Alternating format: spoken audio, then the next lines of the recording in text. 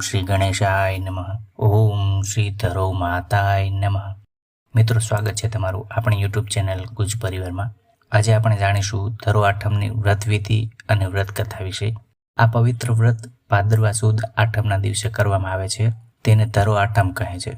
હિન્દુ પંચાંગ અનુસાર આ વર્ષે તારીખ 11 સપ્ટેમ્બર 2024ના રોજ આ વ્રત આવે છે. આ વ્રત કરનાર સ્ત્રીએ સવારે વહેલા સૂર્યોદય પહેલાં ઉઠી સ્નાન આદિથી પરવારી ધરોની પૂજા કરવી અને પ્રાર્થના કરવી કે હે ધરોમાં, ધરોની જેમ અમારા કુળનો વંશવેલો પણ વધારતા રહેજો. આ દિવસે કોઈ પણ પ્રકારનું ઘાસ કાપવું નહીં તથા વ્રત કરનારે ટાઢું જમવું. પ્રસાદમાં તથા ભોજનમાં ચોખાના લાડુ, ફણગાવેલા કઠોળ, એમાં મગ જરૂર હોય છે. બાજરાના વડા વગેરે લઈ શકાય છે. આ વ્રત સંતાનોની રક્ષા અને કલ્યાણ માટે સ્ત્રીઓ કરે છે. હવે વાત કરીશું ધરો આઠમની વ્રત કથા વિશે. એક ગામમાં સાસુ અને વહુ રહે. વહુ ઘણી સમજુ પણ સાસુ નાની નાની વાતમાં છણકા કર્યા કરે અને છતાં પણ વહુ બધી વાતમાં સાસુનું માન રાખતી. તેઓ ખેતરમાં મજૂરી કરીને ઘાસચારો વાટીને ગુજરાન ચલાવતા હતા. વહુને એક નાનો રૂપાળો દીકરો હતો. વહુ હંમેશા સાસુની આજ્ઞાનું પાલન કરતી હતી. એવામાં ભાદરવા માસ આવ્યો. ધરો આઠમનો પવિત્ર દિવસ આવ્યો. સાસુએ કહ્યું કે હે વહુ, ચાલ આપણે ખેતરમાંથી ઘાસ વાટીને લઈ આવીએ. હવે વહુ થોડી મૂંઝવણમાં મુકાણી. વહુ ધરો આઠમનું વ્રત કરતી હતી, તેથી તે દિવસે લીલું ઘાસ વઢાય નહીં કે તોડાય પણ નહીં. તેથી તેને સાસુને થોડા અચકાતા ના પાડી, પણ ત્યાં તો સાસુએ છણકો મારતા તરત જ બોલી, કા વહુ, નહીં લાવીએ તો ઢોરને શું ખવડાવીશું? અને ઘાસ વેચ્યા વગર આપણે શું ખાશું? અને ઘાસ વેચ્યા વગર આપણે શું ખાશું? તારું કપાળ. તું રે તારે એકલી, પણ હું ઘાસ વાઢવા જાઉં. આમ કહી સાસુ મોઢું મચકોડતા દાંતરડું લઈને ઘરમાંથી નીકળી પડ્યા. વહુ બિચારી લાચાર બની બેઠી. કરે શું? એ તો છોકરાને ઘોડિયામાં સુવડાવીને ધરોમાને પ્રાર્થના કરીને બોલી, હે ધરોમાં, મારા ફૂલ જેવા દીકરાને માં તમને સોંપીને જાઉં છું.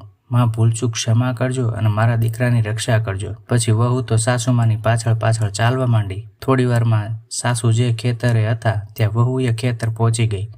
સાસુમાં તો દાંતરડું લઈ ઘાસ વાઢવા મંડી પડ્યા, પણ બિચારી વહુને તો ઘાસ વાઢતા જીવ ચાલતો નહોતો. લીલું ઘાસ કાપે તો તેના વ્રતનો ભંગ થાય અને તેને દોષ લાગે. તેથી વહુ લીલું ઘાસ છોડતી જાય અને સૂકું કાપતી જાય. આમ કરતાં સાંજ પડી ગઈ. આખરે સાસુ વહુ તો ઘાસના ભારા માથે મૂકી ગામમાં આવતા હતા. ત્યાં જ ગામના સીમાડેથી એવા ખબર મળ્યા કે જલ્દીથી જાઓ, તમારા ઘરને આગ લાગી છે અને તમારું ઘર ભડકે બળે છે.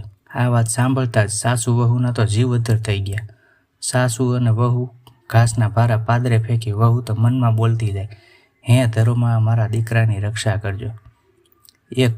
એમ કરતાં દોડતા ઘરે આવ્યા. જોયું તો આખું ઘર બળીને ખાખ થઈ ગયું. સાસુમાં તો આ જોઈને નીચે બેસી ગયા. પોક મૂકી રડવા લાગ્યા. વહુ તો દોડતી અડધા આડાવાળા બળેલા બારણાને ધક્કો મારીને અંદર ગઈ અને જોયું તો તેના પુત્રની આસપાસ ધરો વીંટળાઈ ગઈ હતી અને ઘોડિયામાં બાળક હસતો રમતો હતો. આ જોઈ વહુ તો રાજી થઈ ગઈ. તે તરત જ બારણામાંથી બાળકને ઉઠાવી છાતી સરસો ચાપી દીધો. પછી મનોમન ધરોમાને પ્રાર્થના કરવા લાગી, હે ધરોમાં, તમારી કૃપાથી મારા બાળકનો જીવ બચ્યો. પછી વહુ બાળકને લઈ બહાર આવી. બાળકને જીવતો જોઈ સાસુની આંખોમાં હરખના આંસુ આવી ગયા. વહુએ કહ્યું, બા, આજે મારું ધરો આઠમનું વ્રત ફળ્યું. ધરોમાએ જ મારા લાલને બચાવ્યો. સાસુમાં પણ રડતા હરખથી ધરોમાને પ્રાર્થના કરવા લાગ્યા અને પોતાની ભૂલ બદલ તેમની માફી માંગવા લાગ્યા. સાસુમાએ તે જ ક્ષણે ધરો આઠમનું વ્રત કરવાનો સંકલ્પ કરી, એ ધરોમાં, તમે જેવા વહુને ફળ્યા તેવા તમારું વ્રત કરનાર આ કળયુગમાં સર્વ ભક્તજનોને ફળજો અને આ કથા કરનાર, કથા વાંચનાર તથા કથા સાંભળનાર સૌની ઉપર તમારી કૃપા દ્રષ્ટિ રાખજો. જય ધરોમાં. મિત્રો, વિડીયો સારો લાગ્યો હોય તો લાઈક કરજો, શેર કરજો અને ચેનલ સબસ્ક્રાઈબ કરજો. ફરી મળીશું નવા વિડીયોમાં. ત્યાં સુધી આપ સૌને મારા